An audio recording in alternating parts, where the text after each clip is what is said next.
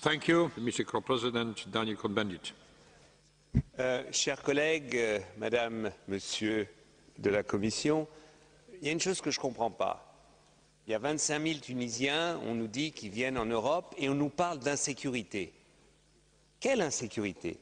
C'est vrai qu'il y a eu des événements quand même incroyables en Tunisie, en Égypte, en Libye, il y a une guerre. Je vous rappelle que quand il y a eu la guerre de Bosnie, eh bien, on a émis des permis temporaires tant qu'il y avait la guerre. On a mis des permis, l'Allemagne en a pris plusieurs centaines de milliers. Et ça a existé, et l'Allemagne existe toujours, elle n'a pas encore coulé. Toute cette histoire que le navire coule, c'est de la propagande. Et puis on nous dit maintenant des criminels, la mafia, comme si la criminelle et la mafia, ils arrivaient à Lampedusa. Ils n'ont pas besoin de Lampedusa, les criminels. Ils rentrent normalement, vous ne les voyez pas, et ils sont dans notre pays. Donc arrêtez de nous raconter des histoires. Le problème, il est simple. Il y a en Afrique du Nord des gens aujourd'hui qui se réfugient, eh bien qu'il y ait un partage en solidarité de l'Europe. 25 000 divisés sur 400 millions, vous n'allez pas me dire que c'est un grand problème. Et moi je vous dis une chose, moi ça me touche. Parce que combien de juifs on a refusé, les Anglais, les Américains, tous les pays quand ils partaient, parce qu'on disait il y a trop de juifs.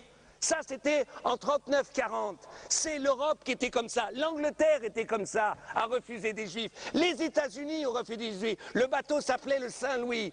J'en ai assez qu'à chaque fois qu'il y a des gens qui sont en difficulté, c'est eux le problème. Le problème, c'est pas eux, c'est nous. C'est notre incapacité d'être solidaires. C'est notre capacité de nous ouvrir. Vous savez, ta gueule, hein, vraiment, hein, voilà. Et moi, je vous dis une chose, monsieur les commissaires, madame la présidente du Conseil, je vous dis une chose. Vous savez ce qui s'est passé à Paris? À Paris, il s'est passé que des jeunes Tunisiens avaient un permis italien. La police française est arrivée, elle dit, vous savez ce qu'on en fait de votre permis? Ils l'ont déchiré devant eux.